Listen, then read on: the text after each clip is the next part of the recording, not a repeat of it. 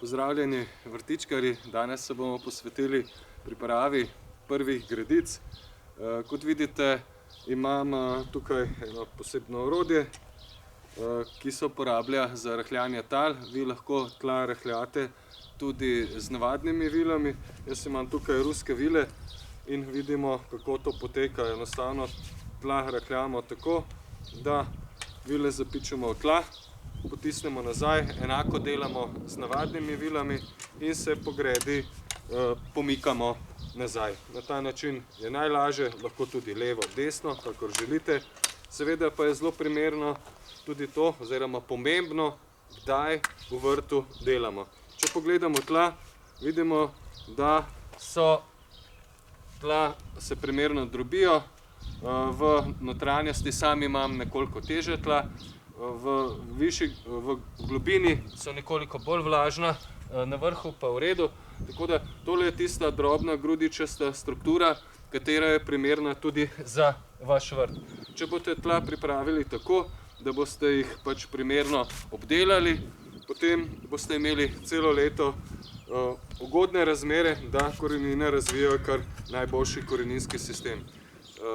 To je pač zelo pomembno, kajti če delamo v trdih, mokrih, zbitih tleh, enostavno uničimo tla za celo leto. Tako da v primeru padavin je bolje počakati, tudi v vrtu na grbi so tla nekoliko bolj težka, je treba počakati nekaj dni, 2-3 dni po močnem dežju in potem pričeti z deli.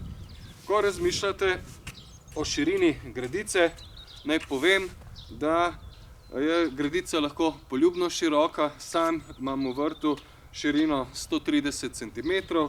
Zakaj 130 cm? Zato, ker vrtnine večinoma sadimo na razdaljo 30, 40 ali 50 cm, vmesni prostor pa lahko zapolnimo z hitro rastočimi vrtninami. In če pogledamo to gredico, če bomo sadili česen, lahko enostavno imamo tukaj eno vrsto, drugo, tretjo vrsto in med česen, potem mogoče to še malo zamaknemo, potem v aprilu sejemo vmesni prostor, recimo rdečo peso in vidimo, da imamo 1, 2, 3, 4, 5, potem kar 5 vrstic.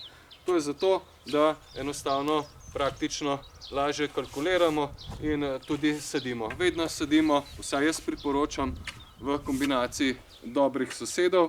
Ko razmišljate o gnojenju in izbiri gnojila, seveda je dobro, da taka tla pred globokim rahljanjem še pognojite. Kaj boste uporabili za gnojilo, je sicer vaša izbira. Imate tudi kompostnike, katere zvesto polnite, nekateri bolj, drugi manj, z organskim materialom, in ves organski material, ki se skompostira od lanskega leta, kajti kompost rabi približno 1 leto, da se primerno skompostira, lahko zdaj uporabite na teh prvih gredicah.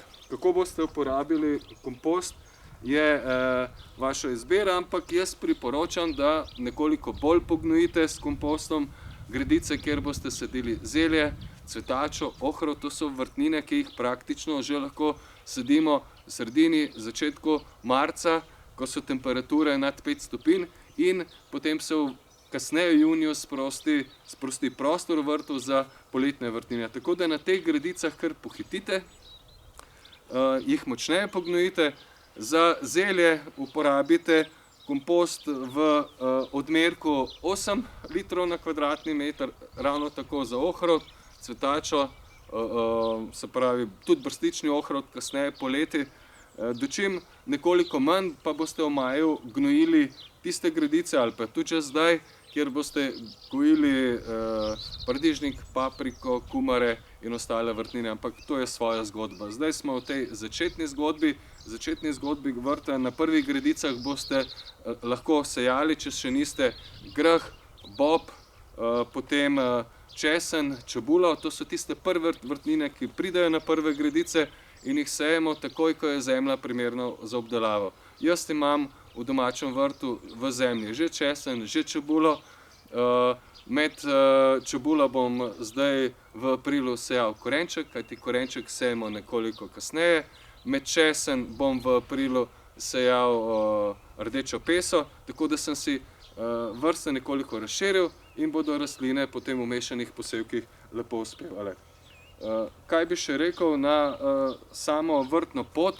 Lahko postavite, tukaj vidite v mojem primeru, da imam lesne sekance, vi lahko uporabite tudi kakšen druge materiale, ampak lesni sekanci so zelo priročen, naraven material. Spodaj je dobro, da postavite kakšno tkanino, filc in tako boste imeli manj težav tudi s plevelom. Kajti plevel se zelo rad pojavi na vrtnih poteh, tudi na gredah.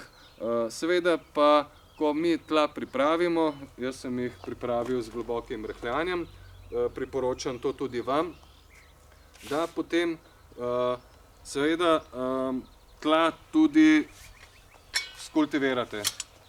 V drobno grudiščasto strukturo jih lahko skultivirate. Jaz imam tako tukaj priročno frezo, ki praktično lepo zemljo zrahla, potem pa vidimo, da ima take kolesa, ki omogočajo, da res ta tla pripravimo v tako lepo, drobno grudičasto strukturo, v kateri bodo rastline kar najlepše uspevale. Seveda lahko uporabimo tudi grablje in nekoliko splaniramo, tako pa te grudice, ki nastanejo, lahko najlažje obdelamo tako, da jih zdrobimo kar sproti. Če kakšno ostane nekoliko bolj trda, počakamo na dež in potem vse skupaj ponovno zrahljamo. V takih težkih tleh zelo prav pridejo tudi kakšna kokosova vlakna, kocke, ki jih lahko kar postavite na gredice in potem pravzaprav počakate na dež v aprilu, da jih raztopi in tista kokosova vlakna vdelate v tla. To sem naredil tudi v rastlinjaku in se zelo dobro obnese, kajti tla postanejo bolj rahla, lažje je delati in tudi seveda zadržijo več vode. Vsi tisti, ki boste to naredili, boste imeli poleti tudi manj težav z zalivanjem in tudi poraba vode bo nekoliko manjša. Kaj bi še rekel na to temo? Naj povem, da, kot sem že rekel, širina gredice 130, lahko je tudi 120. V vašem primeru boste manj vrst delali. Kar se tiče pa poti, pa naj povem še to, da je pot naj bo široka vsaj 30 cm. Jaz tukaj imam nekoliko več prostora, kajti vrt je na večji površini, tudi rastlinjak, in sem si dovolil narediti vrtno pot širine 50 cm. To pa zato, da se prosto premikam, da se lahko srečamo na vrtu, kajti vrt bo tudi družaben prostor. Pri vas pa, kjer so površine nekoliko manjše, pa svetujem, da so poti tudi nekoliko ožje, pot pa naj bo stalna. Zakaj naj bo pot stalna? Zato, ker je treba poskrbeti za to, da tam, kjer mi hodimo, tla zelo močno zbijamo in uničimo strukturo tal. Tukaj vidimo, da smo tla globoko rahljali in tam, kjer smo jih pač globoko zrahljali, jih obdelujemo vsako leto. Tudi kolobarjenje je nekoliko lažje. Jaz imam tukaj 3-letni kolobar. To pomeni, da kolobarjem tukaj na eni gredi so vrtnine, ki so nekoliko manj požrešne, na drugi so vrtnine, ki so nekoliko bolj požrešne, na tretji pa bodo pravzaprav paradižnik, paprika, kumare, jajčevci. Tako da gremo kar postopoma. Najprej na tej gredi sadimo vrtnine, katere sem omenil, ki so prve: česen, čebula, grah, bob, zelje, ohrovt in tako dalje. Potem pa nadaljujemo z ostalimi. Več o dobrih sosedih v vrtu bomo govorili v naslednjem nasvetu, tako da vas vabim, da se udeležite tudi naslednjega spletnega izobraževanja, kjer bomo govorili o sajenju v vrtu, o dobrih kombinacijah. Nekaj sem povedal že zdaj, nekaj pa več tudi prihodnjič. Želim predvsem, da s tem nasvetom dobro pripravite vaša tla, naredite dober temelj, da boste potem lahko sejali in sadili in da bo pridelek dober tudi v tem letu. Želim vam vse dobro in se vidimo naslednjič. Moje ime je Davor Špehar, veseli me, da to leto vrtnarimo skupaj.